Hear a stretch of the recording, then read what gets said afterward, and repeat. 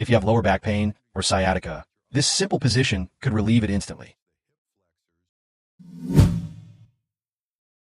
Most people don't realize their pain is caused by tight muscles pulling on the lower spine and irritating the sciatic nerve.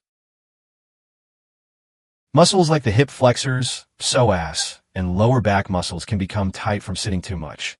When that happens, they pull on your pelvis and compress the nerve, causing pain down your back or legs.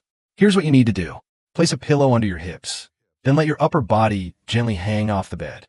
Position the pillow under your hips. Let your upper body relax downward. Hold this position for 30 to 60 seconds. This position stretches the hip flexors, psoas, and deep muscles connected to your spine. As these muscles relax, they stop pulling on your lower back. This reduces pressure on the sciatic nerve, helping the pain calm down. Don't force the stretch. Your body should stay relaxed. If you feel sharp pain, stop immediately. Try this once or twice a day for relief. Follow Fix Your Body for simple pain relief exercises.